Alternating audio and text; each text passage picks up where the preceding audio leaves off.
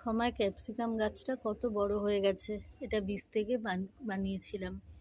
আর এই যে চা পাতা, রোজ হচ্ছে চা করার পর যেই চা পাতাটা বাঁচে সেটা আমি ধুয়ে বিভিন্ন গাছে দিয়ে দিই। আজকে ক্যাপসিকাম গাছে দিলাম।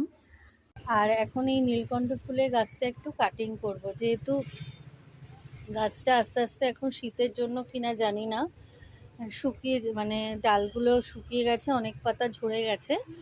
তার জন্য এই ডালগুলো দেখো পাতা নেই, সেই ডালগুলো আমি লম্বা হয়ে গেছে, এই ডালগুলো কেটে দেব।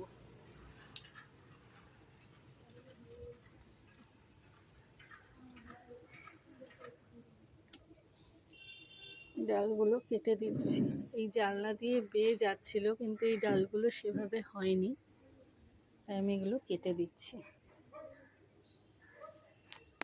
দেখো গাছটা কাটিং করে দিলাম, যে লম্বা লম্বা ডালগুলো গেছে কাটিং করে দিলাম। আর এই ডালটা খালি দেখো বেয়ে আমার জানলায় গেছে, এই ডালটা খালি আমি কাটিংটা, এটাই লম্বাভাবে গেছে, এই ডালটা খালি আমি কাটলাম না, ইচ্ছা করলো না কাটতে। আর কাটিংগুলো দেখো আমি রেখে দিয়েছি। এইগুলো আমি হচ্ছে ওই জলের মধ্যে, বোতলের জলে আমি রেখে দিই। মানে গাছ হোক চাই না হোক, আমার না গাছ কাটিং করে গাছগুলো ফেলতে ইচ্ছা করে না। এগুলো আমি কদিন জলে রেখে দেব, তারপরে যে কয়দিন জলে থাকে রেখে দেব কাটিংগুলো, সেটাও তোমাদের দেখাচ্ছি আমি এগুলো কি করে রাখি। গাছের শুকনো ফুলগুলো সব ফেলে দিলাম এইভাবে।